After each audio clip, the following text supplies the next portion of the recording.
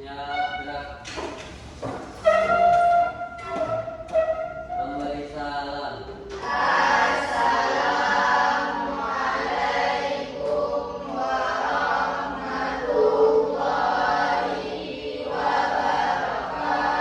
Waalaikumsalam warahmatullahi wabarakatuh. Silakan berdoa dalam hati masing-masing. Berdoa selesai. Amin.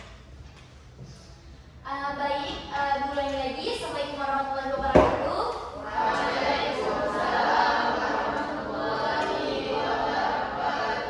Hari ini kita akan belajar sejarah. Tapi tentang sejarah apa?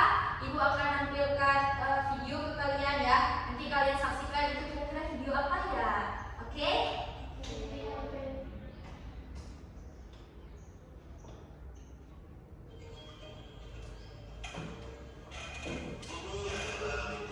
Coba disaksikan ya.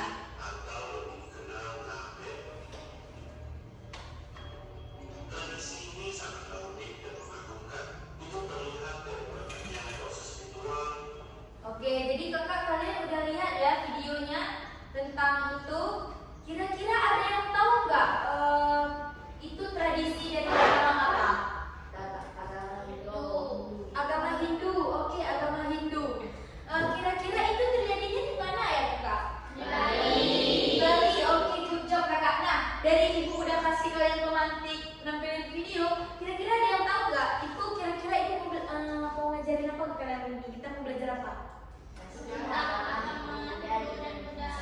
Oke, good job kakak. Kita akan belajar tentang sejarah masuknya agama Hindu di Nusantara. Sesuai ya dengan ini kita, tema kita hari ini. Nah, kira-kira ini ada yang tahu? Ada apa? Ada aja. Tradisi apa? Oke, good job kakak. Pesiju ini adalah tradisi pesiju. Nah, kira-kira apa sih sangkut paut pesiju dengan materi kita hari ini? Ada budaya agama Hindu. Good job kakak. Nah, betul. Ini adalah tradisi pesiju yang mendapat pengaruh dari Hindu. Kenapa ibu? Karena dalam Islam nggak diajarkan kita demikian, oke? Iya kan? Kita nggak diajarkan dalam Islam kalau mau nikah itu kalian tepung tawar, kalian ini dan sebagainya, nggak ada. Ini adalah konsep pertama dari Hindu. Ketika masuk pengaruh Hindu, kita pun mengikuti tradisi demikian, tapi menyesuaikan dengan agama Islam. Mungkin dari ayat dan lain sebagainya dibacakan doa-doa dalam Islam. Lanjut, kenapa kira-kira kakak Hindu itu bisa datang ke Indonesia? Ada penjajahan, oke, pasti ada teorinya. Nah, teori ini ada teori pertama apa? Coba dibaca. Oke, teori Brahmana. Nah, sebelum ibu jelasin teori-teori ini, ada yang tahu nggak ada berapa sih kasta dalam agama Hindu itu? 4. Ada 5. Oke, good job. Pertama, Brahmana. Kedua, Empat, itu teori. Ini kasta Sudra. Satu lagi jarang diketahui. Jadi baik ibu akan jelasin. Nah, kakak, jadi di dalam agama Hindu itu sebenarnya ada 5 kasta. Tapi yang kita kenal itu 4 karena satu lagi ini memang tidak dianggap karena sebenarnya itu mereka dianggapnya. Jadi kasta pertama itu di Sudra. Kasta Brahmana. Kasta Brahmana. Kasta Brahmana ini adalah pendetanya mereka, orang-orang yang mengerti agama-agama Hindu ini, pengetahuan Hindu. Kalau ibarat dalam Islam itu ulamanya. Nah, kalau Brahmana ini samalah posisinya kayak itu. Yang kedua ada kasta Ksatria. Kasta Ksatria ini apa? Kasta yang terdiri dari siapa? Kalau mana pelajar? Oke, bangsawan. Lain? Apa? Yes, good job kakak, dari prajurit. Jadi mereka adalah kasta Ksatria. Selanjutnya ada Waisya. Waisya ini terdiri dari para pedagang. Yang keempat ada Sudra. Sudra ini kayak budak, kan? Budak. Dan yang kelima ini yang memang nggak dianggap, yaitu kasta paling hina, Dalit atau Paria. Saking hinanya mereka kakak, mereka meludah menjadi tanah. Itu gimana cara harus cepat-cepat dihapus. Saking hinanya mereka nggak boleh kena tanah. Dia meludah karena dianggap itu hina. Dan bayangan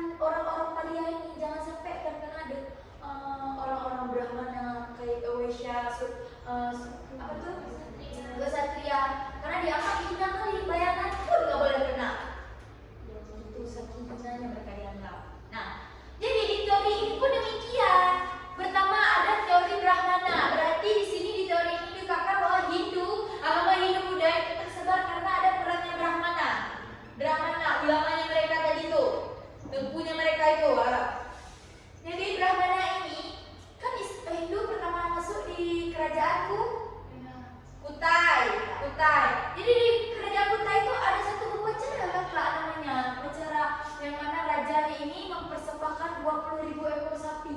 Diundanglah Brahmana dari India ini untuk menghadiri upacaranya. Nah, di sini laporan Brahmana setelah itu dilanjutkan mereka menyebarkan agama Hindu.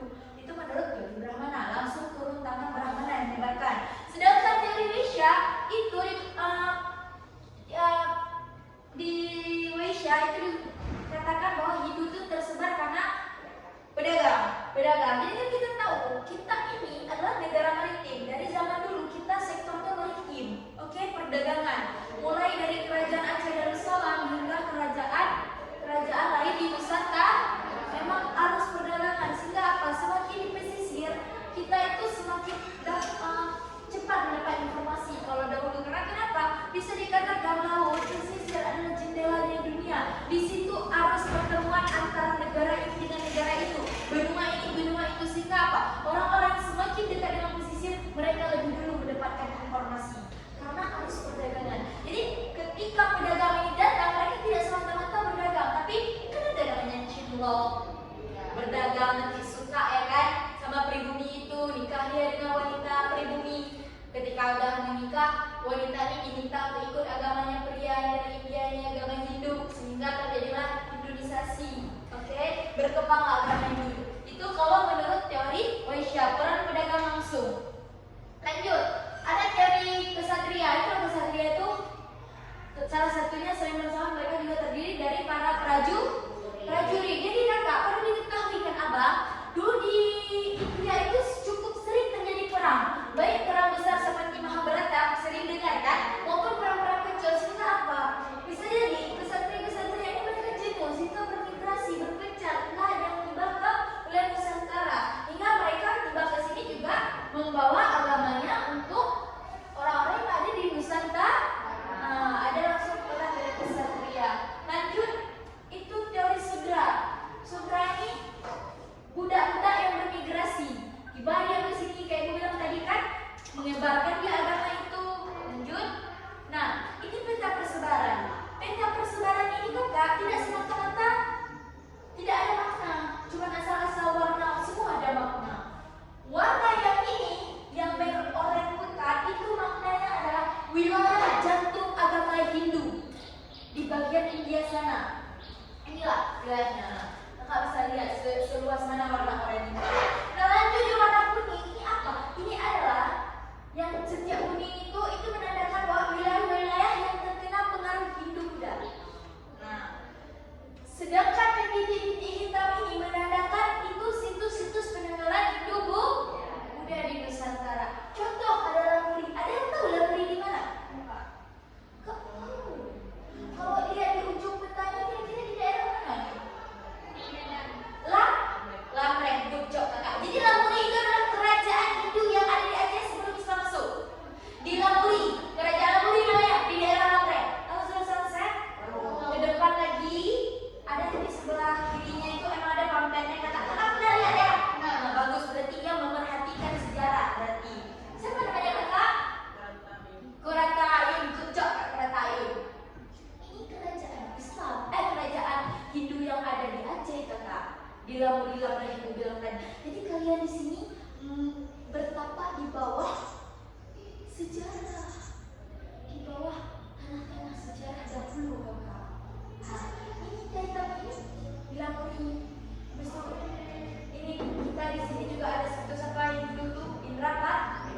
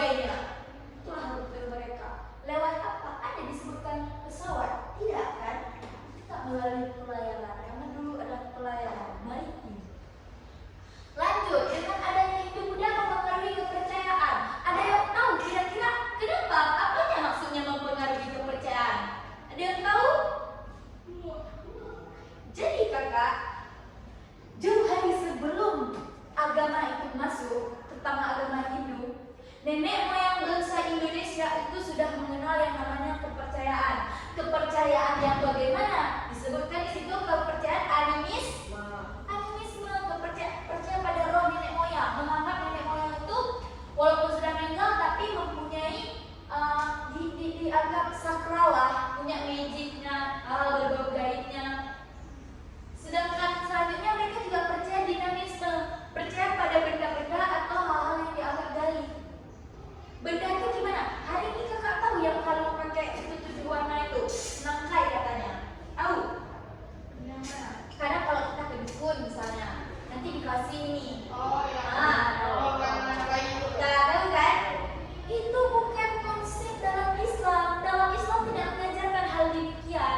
Dalam Islam itu dianggap suatu hal yang musyrik. Percaya akan selain Tuhan. Seakan-akan nanti pergi kita ke dukun itu, kamu pakai ini biar nanti sembuh, biar nanti nggak kena penyakit ini, terlindungi dari hal ini. Itu dalam konsep berpikir manusia yang masih berpikir dinamisme. Orang-orang berpikir sebelum masuknya pengaruh agama.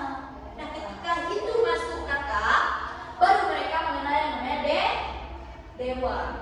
Kan ada kan? Dewa kah? Dewa Shiva, Wisnu, dan lain sebagainya. Banyak kali dewa mereka kan? Sehingga Dewa Krishna, sehingga nampak lihat di Kalimantan Krishna ya. Itu. Jadi kapan agama itu mereka percaya Tuhan, percaya dewa itu ketika masuk agama. Sebelum itu tidak. Animisme dan dinamisme yang mereka percaya. Kita lanjut. Pengaruh sosial. Kalian tahu pengaruh sosial apa ketika Hindu itu masuk? Tadi kita udah sebut 4. Apa bang? Apa bang? Kita udah sebut tadi 4. Apa? Adanya adanya kasta. Jadi dengan masuknya Hindu, orang-orang Indonesia itu mengenal kasta. Ada gap-gap. Jadi kasta itu turun-turun kakak. Kalau dari dulu misalnya nenek moyang kakak misalnya Brahmana sampai ke kakak kita Brahmana, nggak bisa kakak masuk ke Satria nggak bisa masuk ke Brahmana. Dia ada gap-gap. Rugi nggak ada itu? Rugi nggak kira-kira apa? Hah? Nggak rugi. Rugi nggak dengan adanya sistem kasta? Rugi. Kenapa rugi? Satu-satu kenapa rugi kakak?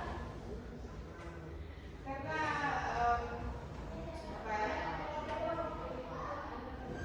bisa terjadinya atau enggak sih? Oke. Kenapa rugi?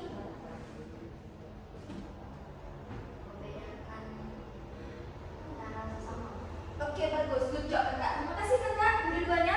Tepuk tangan dulu. Kenapa rugi dengan adanya gap-gap kasta ini? Contoh, Brahmana, dia hidup enak kakak. Dia diangkat di masyarakat, dia dimuliakan di masyarakat. Sedangkan mereka yang sudra, yang muda, yang dari kalian memang tidak dihargai-hargainya, apa? Mereka rugi kan? Tidak diangkat dalam masyarakat, mereka tidak bisa bekerja jadi pedagang karena seputar budak. Yang kesatria atau waisya tidak boleh nanti dia jadi ulama. Kalau di Islam, siapapun dari manapun latar belakang kamu ingin menjadi ulama silahkan belajar ilmu agama yang sungguh-sungguh hingga kelak kamu jadi ulama. Kan begitu orang tua mengharapkan anak-anaknya kan? Tandanya apa? Dalam Islam tidak ada kasta. Manusia itu sama. Yang membedakan kita apa? Iman dan takwa. Iman dan takwa. Tapi kalau dalam hidup tidak ada gap-gapnya.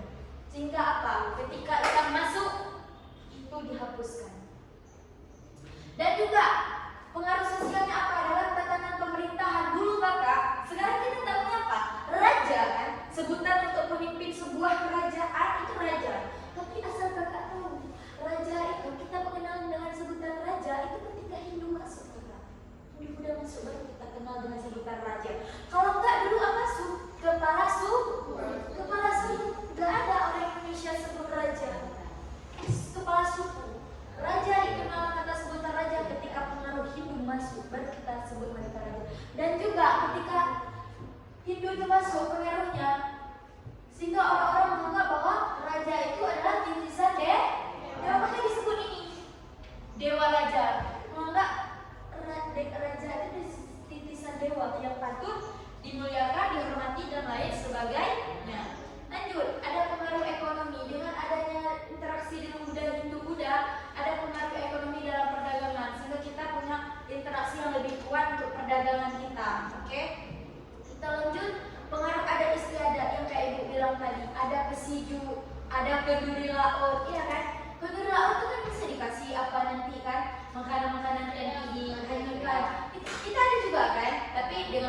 bersama lagi nanti menyesuaikan dengan agama kita yang Islam, nanti ngaji bersama juga kan.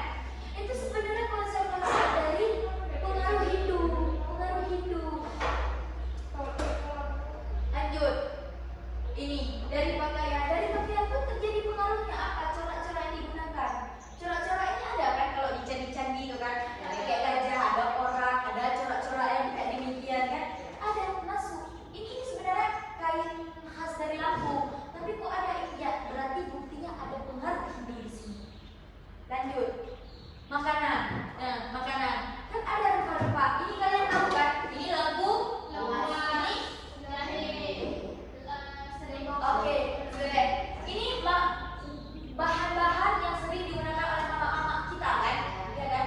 Nah ini tuh kita kenal demikian ini dari orang-orang luar, Kak. Dulu kita orang Indonesia tuh nggak tahu dia bule-bule itu sebenarnya. Dia taunya rebus-rebus. Kapan kita kenal besantan, ini itu berapa banyak? Ketika pengaruh itu budaya itu masuk, orang-orang luar masuk, kita baru tahu. Lihat ya. Ada yang tahu ini apa? Di Aceh ada kari apa? Ada kan abang? Ada kan? Ini kari Aceh. India ada nggak kari abang? Ada kan? Kari Aceh itu pengaruh dan dimodifikasi dengan kari yang ada di ketika orang India datang, dia tidak aja mengenalkan agamanya, tapi juga budaya. Habis itu pakaiannya, adat kebiasaan, juga ke makanannya salah satunya. Jadi terjadi pengaruh antara makanan India dengan makanan Indonesia, terkhususnya Aceh di bagian kari. Kari kita kan menggunakan jahe, lengkuas, serai, jinten. Habis itu apa lagi?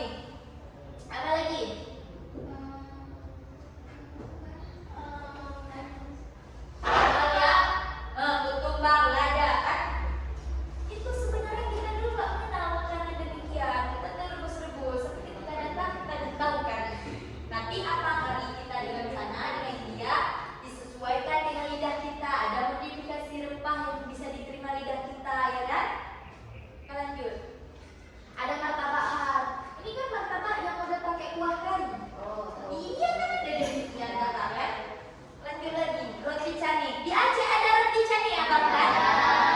Ini jangan kalian anggap murni dari nenek moyang kita yang punya ide buat ini, tidak. Ini adalah orang-orang luar, terutama India, bawa dia makanan dia. Disesuaikan dengan kita. Kalau India kan cubit pakai kuah kan? Lanjut. Ada tumpengnya kan? Tumpeng ini kan kalau orang tumpeng sering kan? Mereka tumpeng, tumpeng dan sebagainya. Kita kan sering juga kan? Pesta ulang tahun, syukuran, ya kan? Ada kebiasaan orang-orang Hindu. Nah, Candi Borobudur ini perjalanannya. Ada yang tahu Borobudur di mana, Pak? Di sini ada loh di Magelang. Nah, di Magelang. Ini ada peran-peranan di Jogja. Kalian tahu nggak fungsi candi itu untuk apa? Good job kakak, untuk tempat beribadah salah satunya fungsi candi. Selain ornamen-ornamen yang memperkenalkan seni arsitektur pada masa itu, juga difungsikan untuk tempat beribadah. Kita lanjut lagi. Di sini ada prasasti. Ada yang tahu nggak prasasti itu apa? Tulisan. Ini dia.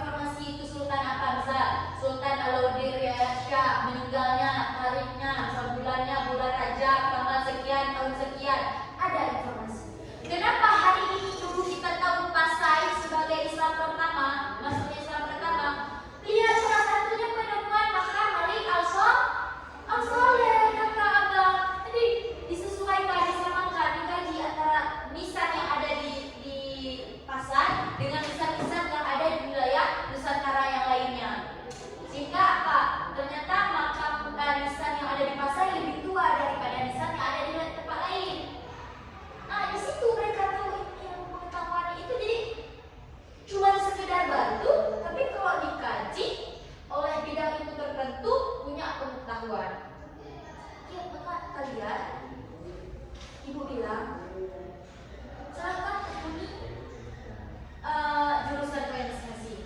Itu kalian TKV salah satunya bisa digitalisasi kan.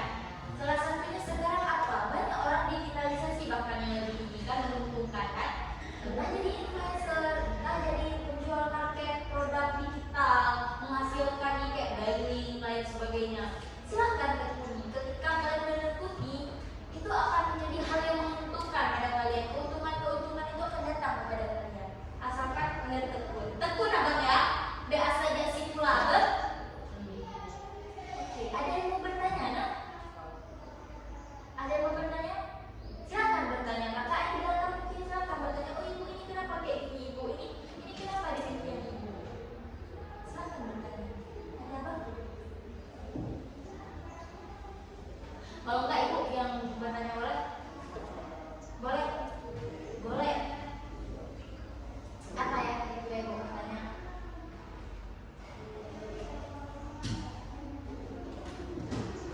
Apa ya kira-kira ibu mau tanya abang?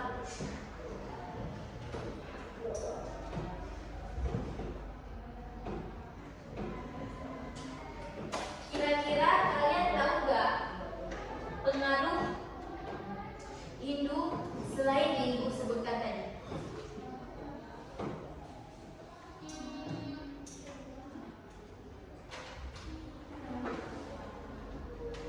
Ada yang tahu?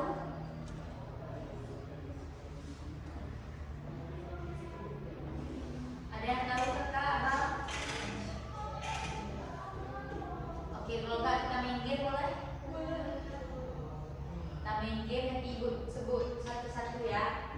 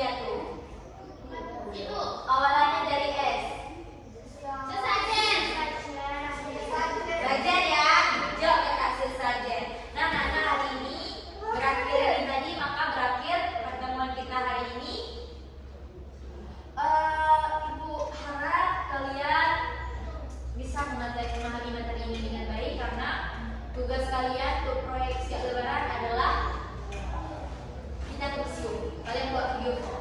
Alhamdulillah. Tahu video vlog kan? Kita akan buat video vlog bersama dengan KPA. Nanti kalian dibagi kelompok setelah lebaran. Jadi pahami, silahkan ulang lagi